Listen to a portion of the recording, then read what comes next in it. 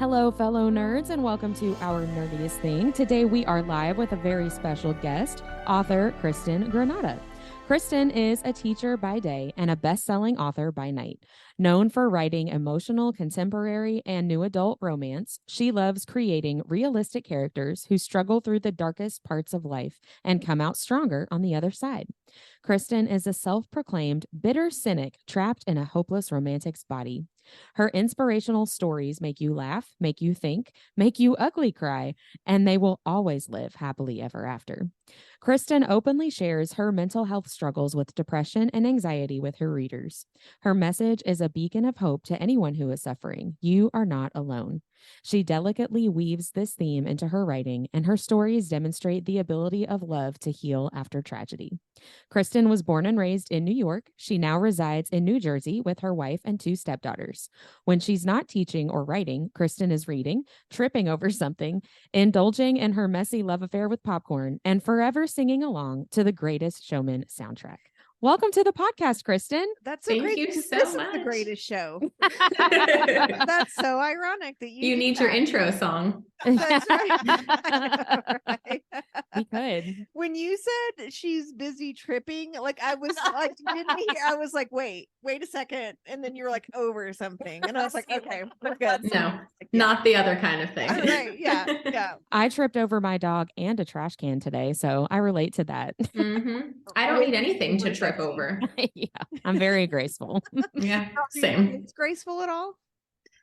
My kids are very not like me. They're my stepkids, so I feel like they're nothing like me when it comes to being clumsy. I am the only one in my whole house who is clumsy, and everybody just kind of looks at me and is like, okay, there she goes again, like walking into a wall for no reason. I really thought, like, I remember in my 20s thinking I'd like be in my 40s and be graceful and like have good posture, and like you can't fix this, unfortunately. So And I was a dancer for a long time, so I should have more grace than I do, but I don't. I always wanted to be a dancer, but I can't. you can be my private dancer. Oh, nice. Well, thank you so much for joining us, Kristen. We can't wait to hear more about you as an author. And so we just want to hop right in. Can you tell us a little bit about the moment that you knew that you wanted to become an author and how you followed that dream? Sure. So it really wasn't like this moment of, oh, I'm just going to be a writer.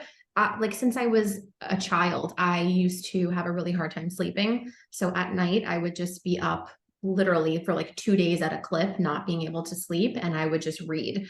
And so I always had that love of fiction and the love of stories. And I used to journal. Like in kindergarten, I would just journal all night long and make up my own little short stories. I wish I still had them, but I don't. I was just about to ask. Yeah, that's the first question everybody says. And I'm like, no, my dad probably threw him out somewhere. But I realized that I could actually write a book when it was much later. I was going through a really bad surgery that I had just had on my shoulder, and I was in a miserable marriage at the time. And my friend came over and she was like, you need some help. Like, just take this book. It was a romance book. She's like, read this book. It was so good. It'll take your mind off of everything. And as I was reading it, I said, wow, like I could do this. I could write something like this. And I have a story in my head. And then I just took out my laptop with one arm. I had one arm in a sling, and I just sat there typing, and I started writing Collision. And that was my first book. Wow, that is awesome. so cool. I wonder how many authors are like, she wrote a book one-handed. I can't with that. My left hand is pretty useless as it is, so I feel like I had no problem. If it was my dominant hand, I probably would have struggled. Right. Yeah, that's really cool. So you say that you're an inner cynic with a hopeless romantic's body, like in a hopeless romantic's body. How does that play out in your writing? I feel like it's the core of my writing, where there's always going to be that one character who doesn't believe in love, or is the grumpy one, or is just the one that's like, this isn't going to work. And then they need that other character to come in and just show them that love is real. And I think that I am that grumpy character, which I never realized in the past until recently. And I was like, wait a minute. I don't like grumpy guys. I'm the grump. And, my poor wife is the sunshine who has to deal with me. So, You know what? All of us grumps need a sunshine. So I've got one of those at my house too. Yeah. Believe me. I mean, we call him Sexual Butler because he's a really nice guy. I need to come up with a cool name for her like that. Yeah. Well, if she starts making you drinks all the time while you're interviewing, then she can also be sexual butler. You can use it if you want. I don't mind. Okay, I'll borrow it. So tell us a little bit about your newest release, Heart Trick. So that I basically wrote on a whim where I was like, everybody's doing hockey romance. Is this something that I really should be doing? Because I don't like writing to market necessarily. Like, I don't want to just jump on a bandwagon because it's hot. I want to be able to like know what I'm writing about. Yeah. But I've been to a few hockey games and I was like, all right, maybe let me just try it. And I just started writing about this hilarious sunshine girl who's a romance author, and she's going through a bad breakup and she is unable to write spicy scenes because her ex cheated on her and she walked in on them cheating and she saw it. So now every time she goes to write a sex scene, that's what she thinks of. So she kind of lost her mojo. And this grumpy dude moves in next door, slamming doors, being totally obnoxious as a neighbor. And she finally confronts him and they get into this neighbor feud going back and forth. She has no idea that he's a professional hockey player. So when photos of them go viral, then people think that they're dating. And then that's how the whole fake dating thing comes about. But I just see sunshine and fake dating. Like, yes. sign me up. Like, Yep. I'm all in. And I mean, really, you had me at hockey. Right. We love hockey romance. So yeah. So what, since you'd only watched a couple of games, what kind of research did you have to do? Or does it not really focus so much around the sport and more about the character?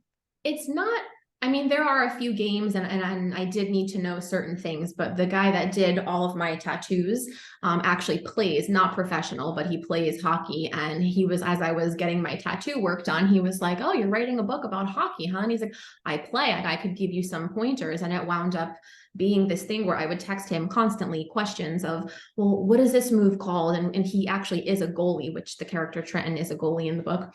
So he was able to give me so much information and then wound up reading the entire book before I published it Great. and It's like your loved Vader it. Peter. Yeah. Yeah. Mindy will send us little hockey. What's the word I'm looking for? Like terms in hockey. Oh yeah. And then she's like, is this a sexual position or a hockey position? When, like when the announcers are like, oh, he just slipped it through the 5-hole. Yes. I love those clips. When you hear that, I'm like, oh, what's happening? What are we watching? Right, yeah. Oh, that just caught my attention. Maybe I should start watching hockey. Yeah, right. You should. Well, one thing that really stuck out to me when Whit was telling us a little bit more about you is when she said the word mental health or the phrase mental health. And it's becoming more and more accepted and encouraged to talk about. And we talk about it very openly ourselves as well. But, a lot of people are still being super private about that. So what encouraged you or inspired you to talk more openly about mental health in your own writing? So I always suffered with anxiety. I mean, obviously, I didn't sleep for 2 days at a clip, so I had some severe anxiety when going you on. said that, did you see all of us start shaking Yeah. our head? Yes, we're like, yeah, that sounds about right. And I also had depression, but I was born mid 80s and I grew up basically in the 90s. And back then it wasn't talked about. There was no, oh, it's okay to not be okay. It was, especially with like a strict father, it was kind of just like, what's wrong with you? Snap out of it. Like, why are you so grumpy or why are you so sad all the time? And I didn't have anybody in the world that knew what I was going through and that could relate to it. Like my friends didn't know. I hid it from everybody. And I almost took my own life when I was 14. And ever since then, I feel like there has to be other people that have gone through what I've been through and feel like they can't get out because somehow I got out of it. Not that I'm cured. I still am depressed. I still have anxiety, but I was able to continue living. So I feel like there has to be people out there who need a story or need some kind of hope or some kind of spark to be like, none of my books would be here if I didn't live, like none of this would be if like this wonderful life that I now have, I would never have known if I didn't survive. So I feel like I want my books to always carry that message for people where even though it's fiction, I want it to be real and I want it to resonate with everybody. Well, thank you so much for doing that because, I was raised in the 80s and 90s too. And especially as a woman that is really trying to be successful, you're kind of told to suck it up, buttercup, right? Mm-hmm. And luckily it's become much more common now to go, maybe we don't need to put so much pressure on ourselves all the time, right? It's okay to have feelings, and it's okay to be real about things, and it's okay also to say that you're not okay and you maybe need just a moment. And Mhm. honestly, I think the three of us, that is something that really resonates in our friendship, because we all suffer from anxiety and depression as well. And sometimes we'll just tell each other, like, I just can't right this second. I'm gonna go silent for a little bit, right? Or I need to have dinner, or something like that. So thank you from the three of us for making that relevant content in your books.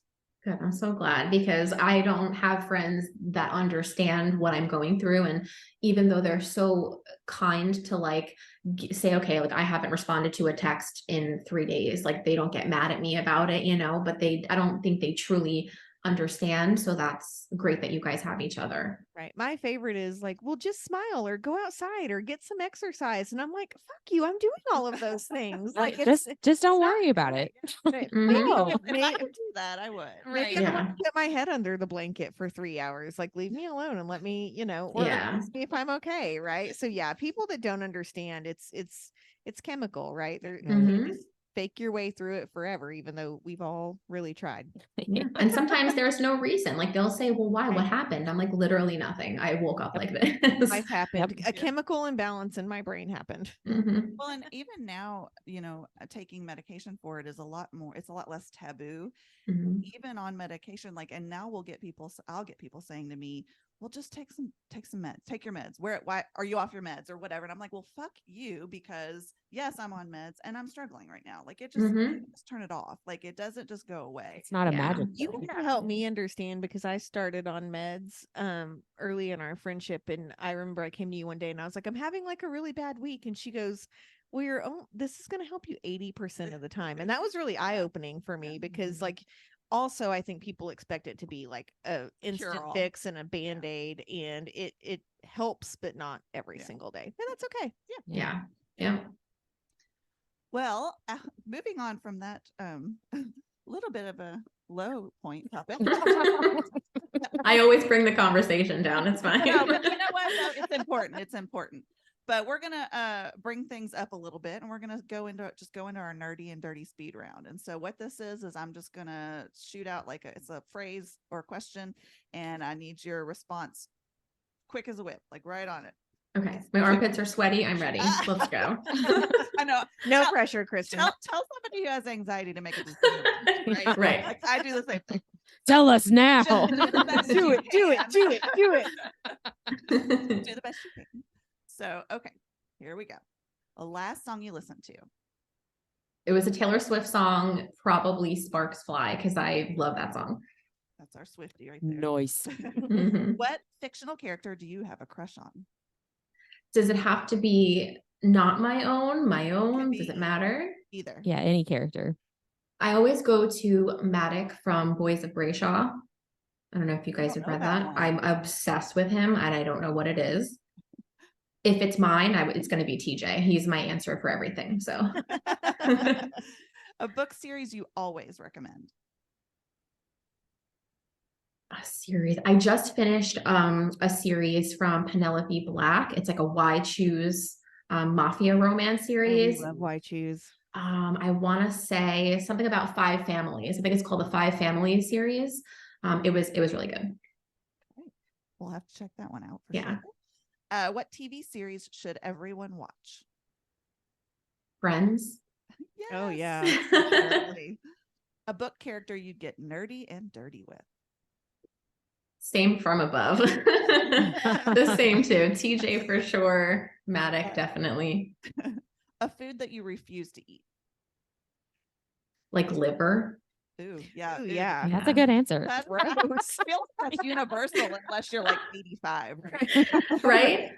Like I will eat a lot of things. I eat fish, I eat chicken, I like different like Mexican food, Asian food, I eat sushi. So I feel like the only thing that would make me be like disgusted by is like a body part of like like an organ. Filters something in your body. I don't need to eat that. Yeah. Right. No. If I have that, I don't want that. What paranormal power would you want to have? Telekinesis. Oh, that'd be so fun. I practice it like daily. I will look at my water bottle across the room and just be like, and just like try to see if I can get it. Favorite weekend activity? Going in my pool if it's the summer. Smut or plot? Plot. Favorite childhood book? Sweet Valley High. Yes. I loved that. Have numbers 1 through 25. I'm collecting. I'm trying to get them all. We've been talking about Sweet Valley High a lot lately with a lot of different people, actually. Currently reading or the last book you finished and loved? The Penelope Douglas series. Not Penelope Douglas, Penelope Black series. The Mafia. Yeah. I binged, I'm not kidding you. I think it was like 4 books in 2 days. I just was nonstop reading. We do that all the time. Read Jay Breeze, The Bonds That Tie? No. Oh, do it. It's so good. Yeah. It's like the same kind of thing. Like we all binged it in like 3 days. The first book doesn't have any spice in it, but it's still really, really good. But it's a Why Choose, and it's for a paranormal reason that I really liked. So it's good writing. Okay. That's the book series that I always recommend. I know. Me too. Yeah. All right. Finally, a guilty pleasure you rarely share. Just recently, and this shouldn't be a guilty pleasure, but I just recently started reading Why Choose Romance.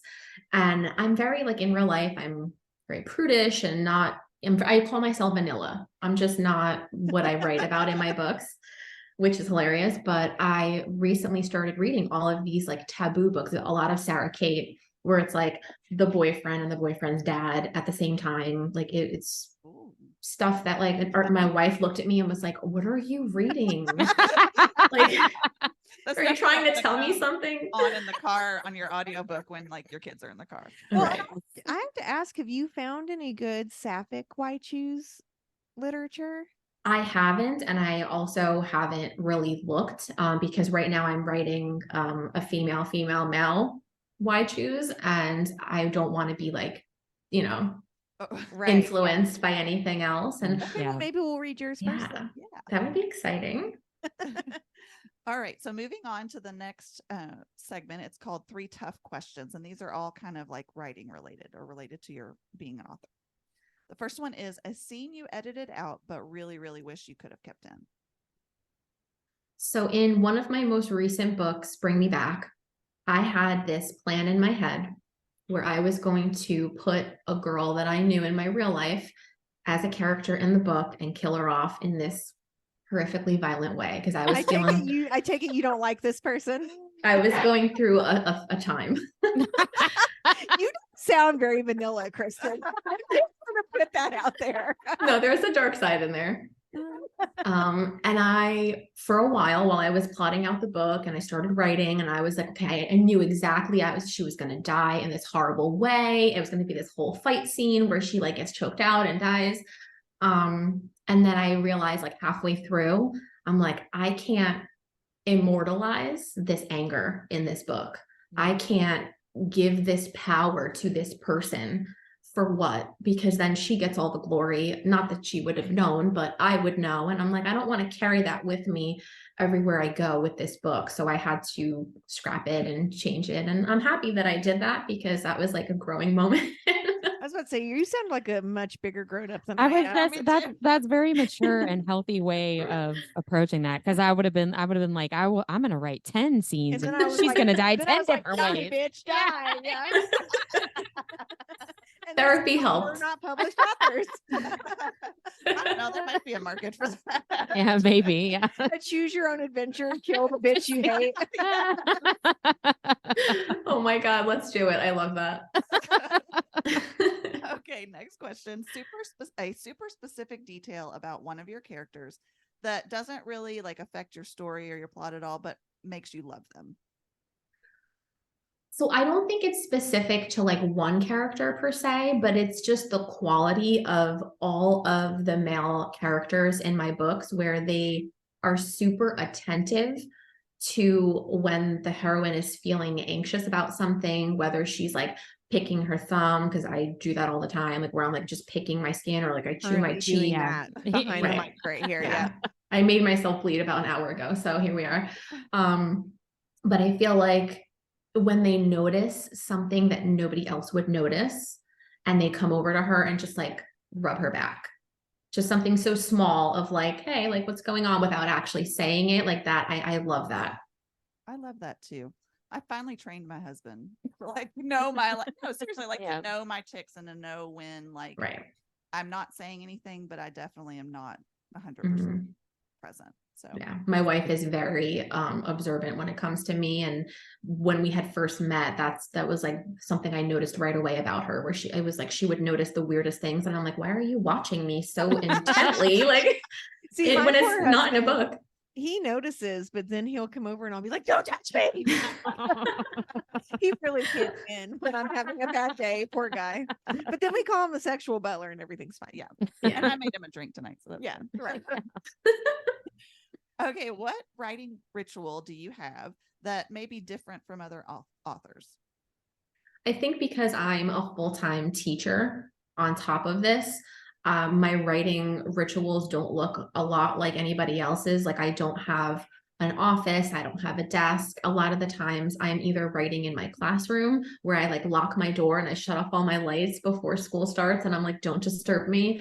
Or I'll be writing on my phone if I'm like going to pick up my kid from a sports event or something. Like, I'll sit in the car, I'm like, okay, gotta write this scene real quick. So I don't have these, beautiful Pinterest worthy pictures of my office, but that's just what works for me. Go ahead. I was going to say, do you have a way of organizing all that then? Like, if you're doing like bits and pieces, do you have a special way that you kind of keep it all together? I don't. And I use Microsoft Word like an 80-year-old woman. I just copy and paste from my phone. I love Word too. I love it. I won't let it go. Yeah. I type my notes for the show in Google Doc. I mean, yeah. I was going to ask what level you teach. 3rd grade. So have you had any parents or anyone at your school read your books, and what have they had to say about it?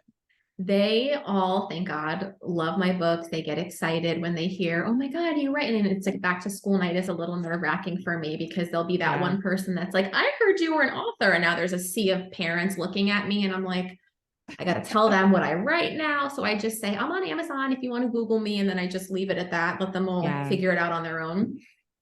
Sometimes they'll put my books in their kids' backpacks, and they'll bring them to me, and they'll be like, my mom wants you to sign this. And I'm like, put this away. I would die. Yeah. And I get awkward. Funny. I get so awkward when people bring up, I don't know why. I'm just not used to my school life. A smut book with your child in this. Yeah, with your 8 or 9-year-olds. Imagine being like, okay, honey, take this to your teacher. Do not open this book no matter what you do. Yeah. That's what I was. And they're like, why are they kissing? And I'm like, oh, okay, I don't teach that class. I can't help it. My oldest is a 4th grader this year, and I'm just imagining, like, if I sent any book with him, he would open it and read it, 100%. And then ask me a bunch of questions. And that's I my youngest. Elementary school too. I'm a library clerk, and I run across the same thing. Like, when people find out that I do a podcast, they're like, "Oh, what podcast is it?" And, I'm like, "What's it about?" And I'm like, you can listen to it, and I'll tell you what it is, but don't listen to it with your kids, and then you can, make a decision. I told them more than once, my in-laws are really sweet, and they're like, show us how to get to your podcast so we can listen to it. And I'm just like, no. No.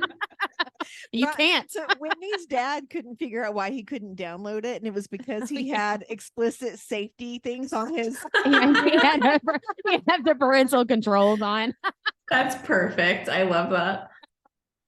Oh, good times. Good times. That's great. My principal read my first book, and my first book is very tame. So when she brought it up, she was like, oh, and it got a little spicy at the end. And I'm like, all right, well, if that was spicy for you, we're just done. That's for nothing. the rest. I won't recommend it more. Yeah. All right, moving on to 4 random questions. And it's exactly how it sounds. These are 4 very random questions. What is your astrological sign, and how do you relate to that sign's tendencies? I'm an Aquarius, and I am an Aquarius to a T. That humanitarian side, where I feel like I need to save everyone, save the world, help everybody, one book at a time.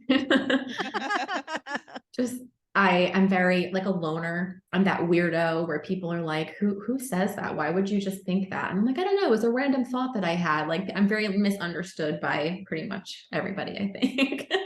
But we're also very creative and artistic. I'm also an Aquarius. So. Oh, awesome. When's your birthday? February 15th. Okay, mine's the 6th. Oh, see, We'll have to get together when we're two people that don't like to be around other people. Just hanging out and just saying random weird things to each other. I love it. All right. What scene from a book makes you blush? I would have to say the first time I actually felt uncomfortable writing a scene was when I wrote Heart Trick, because it's my spiciest book that I've written. And I knew that my mom was going to read it because my dad just gave up. He was like, I can't do this anymore. But my mom reads all of them religiously. And it is. And I don't feel weird. If she's read all my sex scenes before and we don't really talk about it, she'll just be like, oh, that one was really emotional, that scene and whatever. She's great with it. And it's my mom, who cares?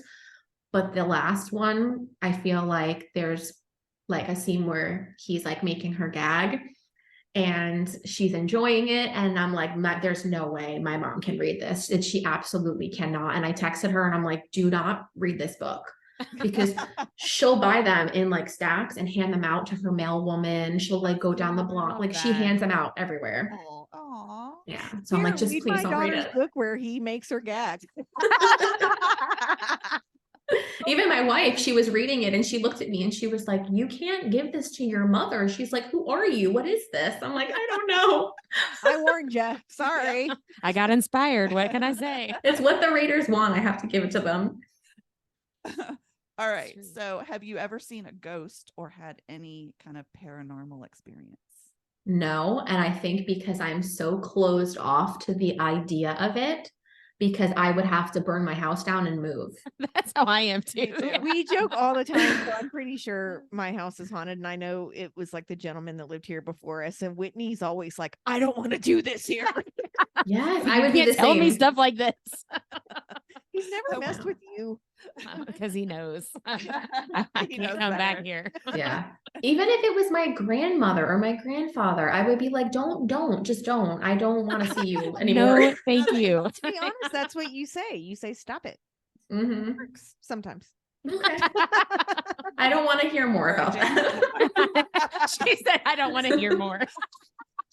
That we are the same. I don't watch scary movies. I am terrified of everything. I don't like haunted houses. No. I know. And I get scared so easily by everything. Dad made me go to one time and I had to take a Xanax before I went. Oh God. I think I had bruises on my arm from her. And her husband was there. My husband was there, but it was the whole time she's just holding on to me. Fun. My anxiety is just different that way. Okay, finally, what is your zombie apocalypse plan? To die before I ever have to struggle for my life. You would be surprised how many people say that. I want to be the person in the opening scene where nothing has even happened yet. The zombies haven't even come out yet. And I just want to die instantly and patient zero. Just instantly dead. Yeah. Cause I this does not go in a forest and have a crossbow and fight for my life and hunt for food. It's not me. Right. Yeah. It is not the vibe. If zombies didn't get me, I would starve to death for sure. Cause I'd be like, that looks gross. Can you I'd probably end up eating something poisonous accidentally and the girl in the Hunger Games. Right. Whoops. Mm-hmm. So Kristen, what are you writing next? Is there anything that you can tell us that's not super hush hush? Yeah. So I just announced my pre-order for the I just keep calling it FFM. I don't know if there's another way to explain it's a why choose, but it's with chicks, more chicks than dudes.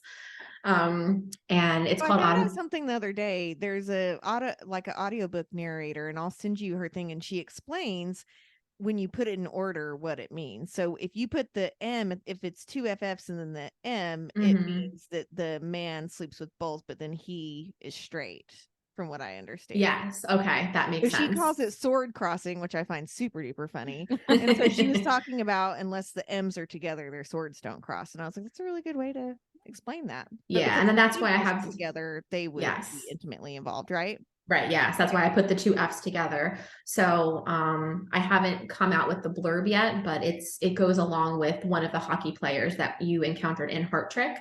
So it still has some hockey in there. And it's going to be emotional just because that's what I do. But it's also going to be my steamiest book, like to date, where I shared an excerpt of it the other day on Instagram, and my mom's boyfriend read it and said to my mom, "Have you seen this?" And she was like, I just like her post and I scroll. I don't even read it anymore. She's like, yeah, honey, it was really nice and emotional. I love it. And she's like, he kept trying to bring it up and I didn't want to hear about it. I'm like, he's probably shocked, honestly. It's like Fight Club. We don't talk about Fight Club. We don't talk about Kristen's blurbs. Although that sounds dirty in and of itself. Sorry about that. Yeah, so that's going to come out October 12th. So it will be out fairly soon. Yeah. Yeah, I'm excited because I didn't know how people were going to receive it, because I know that there's just that stigma surrounding just sapphic romance in general. And I feel like there's not a lot of it out there. So I'm excited to put my spin on it. I'm glad you're bringing it forward, though. We need more of it. Yeah, definitely. Have you released the title for that yet? Odd Man Rush. Odd Man Rush. Okay. Yeah. Awesome. Because that's a hockey term. It is a hockey term. And I figured it was perfect. Yeah. Right? Because it's like 2 against 1, or it's like, whatever. I think it's going to be a really great story to add to the sapphic side of things, because people have been asking me to write something about lesbians, because I think since I am one, they're like, oh, you would be perfect to write it. And it almost feels like people can now see me without my clothes on, because I'm like, they're going to know what I do with my wife. It's this like is so uncomfortable. Well, I was going to ask, and I'm glad you brought that up, because I didn't want to ask unless you brought it up. Being a lesbian, why do you choose to mostly write male, female? And is it just because you haven't gotten there yet in your journey to write about it, or because of what you just said, you don't want people kind of knowing what goes on behind closed doors for you? So the best way that I can explain it is that my whole life I was straight. I was married to a man prior to meeting my wife. You said it's horrible, right? Is that horrible. the horrible marriage? Yeah. Horrible, toxic, not good. And I never had an inkling ever that I would be into women. And when I met my wife, it just changed. But we always joke around and we talk about it, where she's like, what would you do if I died? Like, did you go back to men? You hated that. And I'm like, yeah, but I don't like women either. So it's like, she's my Obi-Wan. That's it. Like, there's no, that's really it's sweet. her. And that's it. And she's like, well, you're going to be screwed if I go first. I'm like, well, I don't know what to tell you. I'll just be alone. That's what vibrators are for. We joke all the time, because we've all been married for, I mean, you're on decades, I'm on decades, you're a decade and a half-ish. And we're like, when our husbands die, like, that's it. I don't want to deal with anyone else's shit. I don't want to have to tell my life story, and I'm just gonna have a drawer full of goodies, and if this bedroom's rocking, don't come and knock it. I love that. Yeah, because at that point we're tired. We're done. We already trained one person. We're like, that's enough. Right. Yeah, right. And I tell them all the time, I don't want to have to experience bad sex. That's really what it boils down to. When I do it, it's good every time. That is so true. So when does Odd Man Rush come out? October 12th. So that's right after Lust in the Low Country. In Charleston. So I know we'll see you there at that romance book convention. Is there any other festival or other events that you have coming up in the next several months?